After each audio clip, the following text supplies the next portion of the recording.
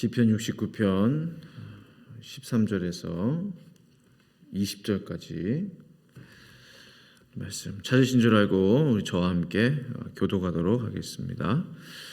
여호와여, 나를 반기시는 때에 내가 주께 기도하오니 하나님이여, 많은 인자와 구원의 진리로 내게 응답하소서.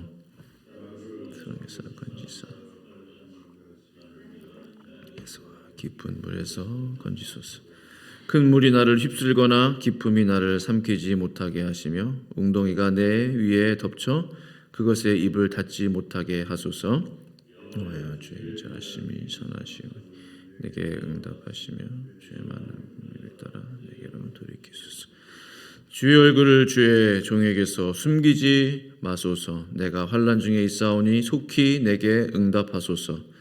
내 영혼에게 가까이 하사 구원하시며 내 원수로 말미암아 나를 속량하소서. 주께서 나의 비방과 수치와 능력을 아시나이다. 나의 대적자들이 다 주님 앞에 있나이다. 비방에 나의 마음을 상하게 하여 근심이 충만하니 불쌍히 여길 자를 바라나 없고 긍휼히 여길 자를 바라나 찾지 못하였나이다. 아멘. 과거에도 그랬지만 요즘 한국 뉴스들을 보면은 이런 생각을 이제 하게 돼요. 저는 비방의 말들을 들으며 어떻게 살 수 있을까? 우리가 그냥 평범한 사람들이잖아요. 가까운 사람에게 이렇게 한두 마디 들어도 막 답답하고 때로는 잠을 설치고 그런 게 이제 우리들의 모습인데, 드러난 그런 분들, 뭐 연예인이라든지 뭐 스포츠맨들이라든지 뭐 정치인이라든지 뭐 드러나 있는 공인들이죠. 그렇게 그런 비방의 말들, 비난의 말들, 공개적인 그런 말들을 들으며 어떻게 살까? 그러니까 그것이 한국 사회의 문제 중에 하나인 것 같아요. 조금만 이제 잘못해도 막 비난의 화살을 쏟으며 마치 이제 그 분야에서 다시는 이제 일어설 수 없도록 하는 안 좋은 문화죠. 그런 SNS라든지 그런 것들을 통해서 끊임없이 이제 그 사람을 이제 말로써 이렇게 죽이는 것이죠. 근데 미국 사회는 좀 다른 것 같아요. 죄를 뭐 덮어주거나 감싸주지는 않아요. 드러내 보이는데 한국처럼 그렇게 뭐 댓글 공격이나 뭐 인격적인 모독이나 그런 것은 좀 덜한 것 같아요. 문화적으로 좀 차이가 있는 것 같은데요. 일단은 기본적으로 다른 사람의 일에 대해서 크게 관여하지 않는 좀 그런 게 있고, 큰 관심이 없는, 워낙 나라가 커서 그런지 우리 모두가 똑같은 사람이다, 누구라도 이제 같은 잘못을 범할 수 있다라는 그런 인식이 이제 있는 것 같다, 그런 생각을 하게 됩니다. 성도님들께서는 살아오시면서 어떤 비방의 말들을 들어오셨습니까? 누구나 본의 아니게 이제 그러한 말을 들으며 살아가는 것 같아요. 잊으려 하지만 사실 이제 말이라는 것은 비수와 같아서 반드시 상처를 남기게 됩니다. 오늘 다윗의 시를 보면 우리가 잘 아시다시피 참 많은 비방의 말들을 들으며 다윗은 살아온 것 같아요. 다윗처럼 적이 많았을까? 다윗처럼 대적들이 많았을까? 생각해 보면은 다윗만한 사람이 없었던 것 같아요. 그가 왕이 되기 전에도 오랜 시간 사울 왕의 칼을 피해 도망자 신세로 살았고, 왕이 돼서도 끊임없는 반역들이 있었고, 참 많은 비방을 들으며 살았던 인물이다. 오늘 시편의 배경, 69편의 배경은 여러 이제 성경 학자들이 말하기를 아들 압살롬의 반역을 피해 도망자 신세가 되었을 때 쓴 시였을 것이다 라고 이제 추측을 합니다. 성경을 보면은, 당시 상황을 보면 다윗은 얼마든지 압살롬을 막을 수 있었어요. 얼마든지 그를 대적해서 싸울 수도 있었어요. 이상하게도 다윗은 그 압살롬을 향한 마음이 참 절절했다, 애절했다, 불타는 듯했다, 그런 마음이 있었던 것 같아요. 그러니까 아들이 막 그렇게 해도 압살롬을 향한 그 사랑의 마음 참 이해할 수 없습니다. 이해하기 어려워요. 그러니까 압살롬으로 하여금 그냥 무혈 이제 입성이라고 그러죠. 그냥 왕의 자리를 내주는 그런 모습들을 보게 됐는데, 왜 그랬을까? 다윗이 왜 그렇게 했을까? 생각을 해보면 일찍이 하나님의 말씀이 있었기 때문이 아니겠는가, 그런 생각을 합니다. 그러니까 다윗이 우리아의 아내를 범하고 또 우리아를 전쟁통에서 죽게 만들고 살인죄죠, 간음죄죠. 하나님께서 그 벌로서 그런 말씀하시잖아요. 이 집안의 영영이 영원히 칼이 떠나지 아니하리라. 다윗은 그 말씀을 분명히 기억하고 있었을 것입니다. 다윗이 버젓이 살아있는데 이제 압살롬은 군대를 이끌고 이제 예루살렘으로 진격해 오지 않습니까? 다윗은 신하들과 함께 급히 도망치게 돼요. 충분한 시간이 있었던 것 같지가 않아요. 도망치는 중에 또 이제 죽은 사울의 친족인 시므이가 나타나서 다윗을 저주합니다. 갑자기 그가 나타나요. 그리고 이렇게 저주하죠. 사무엘상 16장 6절에 다윗 왕의 모든 부하와 모든 용사가 좌우에 서서 왕을 호위하고 가는데도 그는 다윗과 그의 모든 신하에게 계속해서 돌을 던졌다. 여기서 그는 이제 시므이입니다. 시므이가 욕을 하면서 돌을 던지면서, 이게 참 이상하지 않아요? 다윗 왕 주변의 부하들과 모든 용사가 좌우에 서서 왕을 호위하고 가는, 매우 구체적으로 기록되어 있는 거죠. 부하와 용사 그리고 호위. 그런데 시므이는 욕하면서 계속 돌을 던지고 있는 거예요. 다윗은 돌로서, 사실은 물맷돌로서 골리앗을 쓰러뜨려 이스라엘 백성들에게 인정받고 그 계기로 말미암아 다윗의 이름이 알려지게 되지 않았습니까? 근데 지금 돌을 이제 맞는 신세가 된 거예요. 그러니까 믿음을 잃어버린 사람, 하나님을 떠나버린 사람, 돌로서 하나님의 영광을 드러낸 사람이 이제는 거꾸로 돌을 맞는 그러한 비극적인 인생을 사는 사람이 된 것이죠. 여기에도 의미가 있다고 생각합니다. 참 시므이가 용감한 건지 겁이 없는 건지 다윗 왕을 욕하고 있습니다. 이때 다윗은 어떻게 합니까? 그 돌을 다 맞아요. 욕을 다 먹습니다.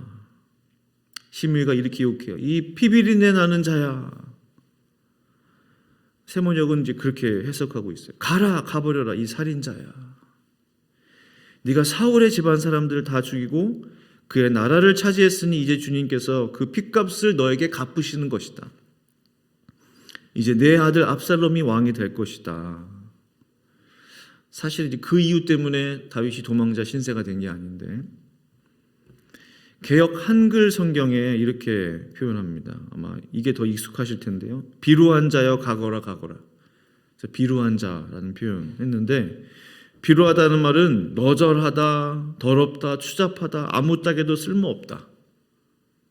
우리가 잘 쓰는 말은 아닙니다만 당시 이스라엘 문화에서 사용할 수 있는 가장 격한 욕 중 하나래요. 비루한 자라는 표현은 절대로 쓰면 안 되는 말.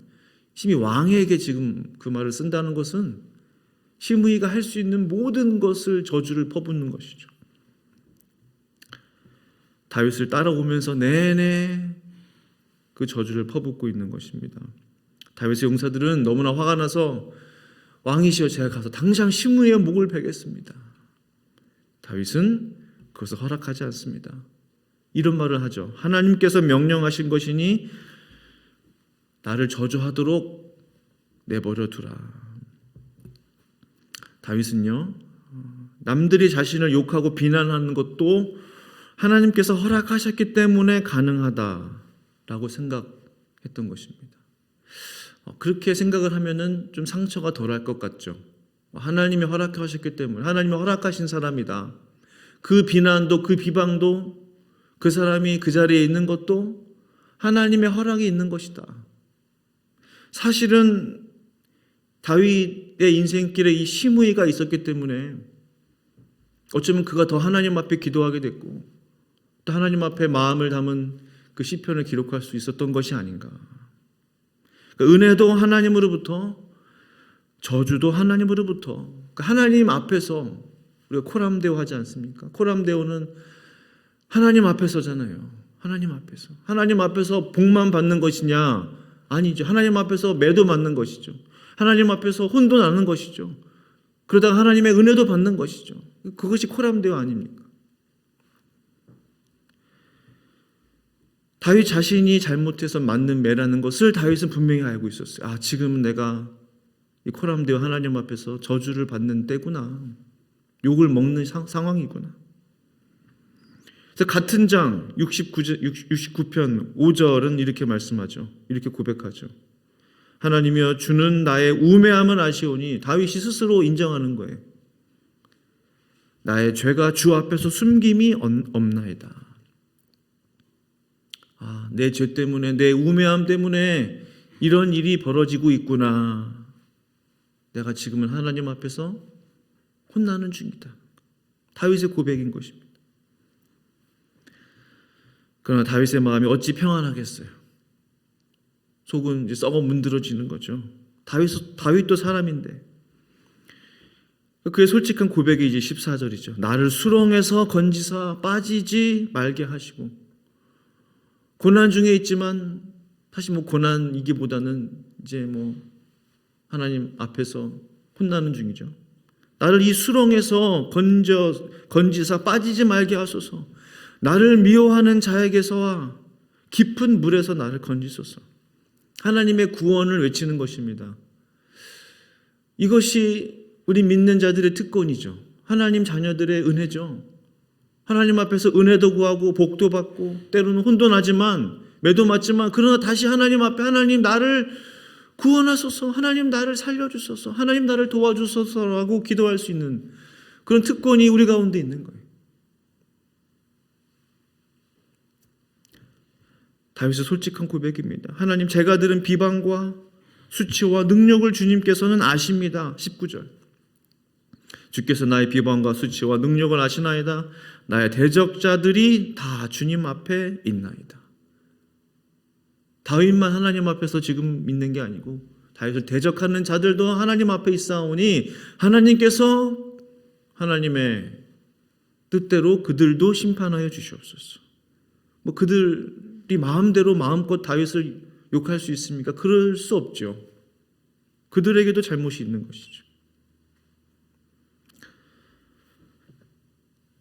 솔직한 다윗의 고백, 솔직한 다윗의 그 마음을 주님 앞에 쏟아놓고 있는 것입니다. 그래서 20절에 비방이 나의 마음을 상하게 하여 근심이 충만하니 불쌍히 여길 자를 바라나 없고 긍휼히 여길 자를 바라나 찾지 못하였나이다 했습니다. 시므이의 비방이 다윗의 마음을 상하게 했습니다. 그의 고백이죠. 나의 마음이 상하게 하여 근심이 충만하니. 압살롬의 반역이 그의 마음에 고통을 주었습니다.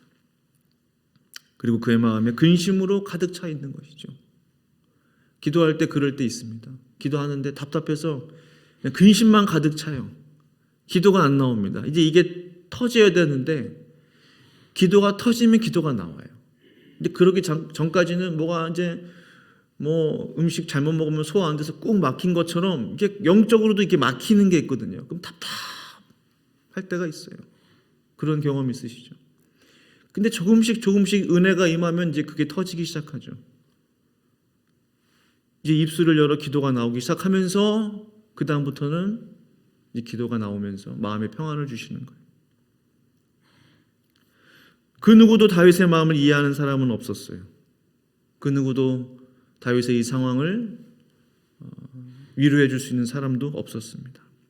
그러나 다윗의 시가 항상 그랬듯이 그가 항상 그렇게 신앙생활을 해왔듯이 그는 때로는 죄 짓고 하나님 앞에 벌받고 때로는 하나님 앞에 은혜를 누리고 업앤다운이 있었지만 결국은 다윗은 하나님을 향해 있었다는 거예요. 그럼에도 불구하고 그의 얼굴은 하나님을 향해 있었어요.